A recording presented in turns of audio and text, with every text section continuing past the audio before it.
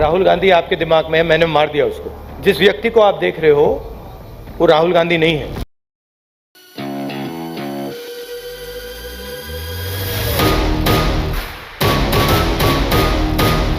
जहां भी ये नफरत फैलाएंगे वहां हम मोहब्बत की दुकान खोलेंगे। नरेंद्र मोदी को साइकोलॉजिकली उड़ा दिया है।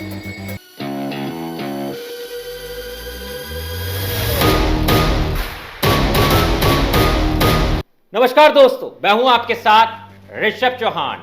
राहुल गांधी जब बीते दिनों पहले अमेरिका के दौरे पर गए थे तो उस वक्त वहां से एक वीडियो आया था और यह वीडियो सोशल मीडिया पर काफी तेजी के साथ वायरल हुआ था। इस वीडियो के अंदर राहुल गांधी एक पत्रकार से ये कहते हुए नजर आ रहे थे कि भारत जोड़ो यात्रा के समय उन्हें किसी ने सलाह दी थी कि वो संविधान हाथ में लेकर चला करें, और राहुल गांधी ने जब वो सलाह मानी तो उसका काफी ज्यादा फायदा राहुल गांधी को मिला। भारत की जनता उनसे कनेक्ट होने लगी। राहुल गांधी को आपने अक्सर देखा होगा कि कभी कॉमन मैन के साथ वो घर पर अपने खाना खाते हुए नजर आते हैं, तो कभी डीटीसी कर्मचारियों के साथ अचानक मुलाकात करने पहुंच जाते हैं, तो कभी ओला कैब ड्राइवर के साथ वो उसकी गाड़ी में बैठकर उसकी समस्याएं जानते हैं, तो कभी किसानों के बीच दिखते हैं। और इस तरह का परिवर्तन राहुल गांधी के अंदर 2023 से काफी ज्यादा देखा जा रहा है। राहुल गांधी अब पहले के मुताबिक काफी ज्यादा बदल गए हैं, उनकी राजनीति बदल गई है। लेकिन ये सारी सलाह राहुल गांधी को कौन दे रहा है? आखिर इस सब के पीछे असल वजह कौन है? किसकी रणनीति पर अब राहुल गांधी काम कर रहे हैं? आज इस वीडियो के अंदर मैं आपको वही बताऊंगा। इस रणनीति के पीछे, इस सफलता के पीछे एक महिला का हाथ है। वो कहते हैं ना कि एक सफल पुरुष के आगे एक महिला का हाथ जरूर होता है, तो राहुल गांधी को अब वही महिला मिल गई है जिसकी सलाह राहुल गांधी को अब दिन ब दिन बदल रही है और राहुल गांधी के अंदर इतना परिवर्तन देखा जा रहा है। लेकिन इस महिला के ऊपर विस्तार से बात करेंगे, सब कुछ इसके बारे में मैं आपको डिटेल से बताऊंगा, और कब कैसे राहुल गांधी की मुलाकात होती है, कब राहुल गांधी बात करते हैं, इन सब पर भी चर्चा करेंगे। लेकिन उससे पहले आप ये जान लीजिए कि साल 2024 से पहले कांग्रेस की हालत क्या थी और किस तरह से कांग्रेस लगातार हारती जा रही थी, और साल 2023 के बाद अब क्या हो रहा है। दरअसल साल 2014 के लोकसभा चुनाव के बाद से ही कांग्रेस का ग्राफ लगातार नीचे गिरता जा रहा था। साल 2015 में बिहार और दिल्ली में विधानसभा चुनाव हुए थे। इस चुनाव में तो दिल्ली में कांग्रेस का पूरा तरीके से सफाया हो गया था।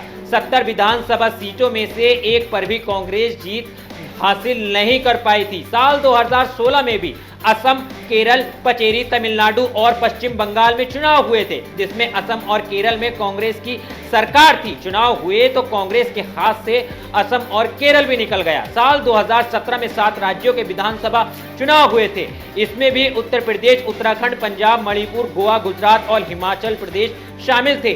कांग्रेस ने मणिपुर में सत्ता गंवा दी। गोवा में तो सबसे बड़ी पार्टी होने के बावजूद सरकार नहीं बना सकी। साल 2018 में मार्च के महीने के अंदर त्रिपुरा, नागालैंड, मिजोरम और मेघालय में चुनाव हुए, जिसमें कांग्रेस ने एक भी राज्य में जीत हासिल नहीं कर पाई। साल 2021 में 5 राज्यों में चुनाव हुए, जिसमें कांग्रेस 1 सीट जीती और 4 हारी। साल 2022 में 5 राज्यों में फिर चुनाव हुआ, जिसमें कांग्रेस सब सीट हार गई। उत्तर प्रदेश, पंजाब, उत्तराखंड, मणिपुर, गोवा में विधानसभा चुनाव हुए थे। 1985 के बाद ऐसा पहली बार था कि जब कांग्रेस यूपी की सभी सीटों पर उतरी थी, लेकिन मात्र 2 सीटों पर ही जीत हासिल कर सकी थी। बाकी सभी राज्यों में भी कांग्रेस का सुपड़ा साफ हो रहा था। धीरे धीरे हालात कांग्रेस की खराब हो रही थी। पंजाब में कांग्रेस अपनी सत्ता नहीं बचा सकी, 18 सीटों पर आकर सिमट गई, जिसके बाद कांग्रेस का अस्तित्व मानो खत्म हो रहा था। एक बड़ी पार्टी इस तरीके से खत्म हो रही थी कि मानो किसी शेयर बाजार का ग्राफ नीचे गिर रहा हो, और धीरे धीरे पार्टी का सफाया होता जा रहा था। कांग्रेस को लोग भूलते जा रहे थे, यहां तक कि लगातार कांग्रेस की आलोचना हो रही थी। लेकिन साल 2024 के नतीजों ने कांग्रेस के गिरते ग्राफ को फिर से उठाया, और सूत्रों के माने तो इस ग्राफ को उठाने में सबसे बड़ा योगदान एक अमेरिकी महिला का था। उस महिला का नाम है स्टेफनी कटर, जो कि अमेरिका की राजनीतिक सलाहकार मानी जाती हैं। अब खबर यह है कि साल 2012 में स्टेफनी कटर जब भारत आई थी, उस वक्त उनकी राहुल गांधी से मुलाकात हुई थी। राहुल गांधी को उन्होंने कहा था कि आप अपने सोशल कैंपेन पर ज्यादा ध्यान दीजिए और उसे और मजबूत कीजिए। लेकिन 2012 के अंदर इस पर राहुल गांधी ने ज्यादा ध्यान नहीं दिया और हालत आप सबके सामने थी कि किस तरह से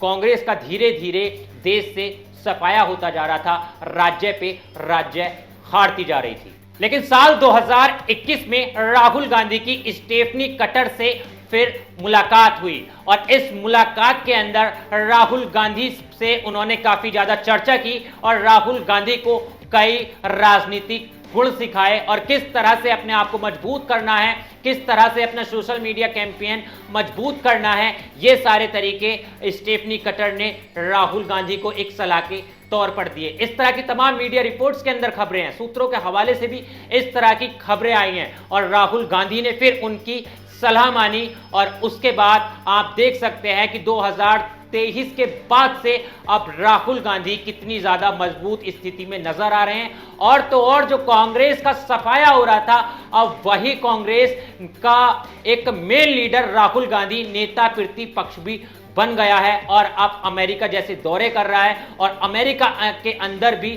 भारत की सरकार की नीतियों का खुला विरोध कर रहा है। अब बराक ओबामा के साल 2012 के री इलेक्शन कैंपेन की डिप्टी कैंपेन मैनेजर भी स्टीफनी कटर रह चुकी हैं और बराक ओबामा को भी इन्होंने सलाह दी है। कहा तो यह जाता है कि स्टेफनी कटर ने जिस पर भी हाथ रखा, या तो वो प्रधानमंत्री बना या फिर वो राष्ट्रपति बना और लगातार वो अपनी सलाहों से किसी भी पॉलिटिकल पार्टी को फर्श से अर्श पर ले जाती हैं, जो कि अब कांग्रेस के अंदर सीधा सीधा देखा जा रहा है। और तमाम खबरों में अब इस बात की जानकारी दी जा रही है कि राहुल के बदलाव के पीछे स्टेफनी कटर का एक बहुत बड़ा योगदान है, जो कि अमेरिका की एक राजनीतिक सलाहकार है। खैर, स्टेफनी कटर के बारे में आपका क्या कहना है, राहुल गांधी की बदलती राजनीति पर आपका क्या कहना है, कमेंट में जरूर बताना। तमाम राजनीतिक मुद्दों के लिए मेरे साथ जुड़े रहना। मिलता हूं आपसे किसी और वीडियो में।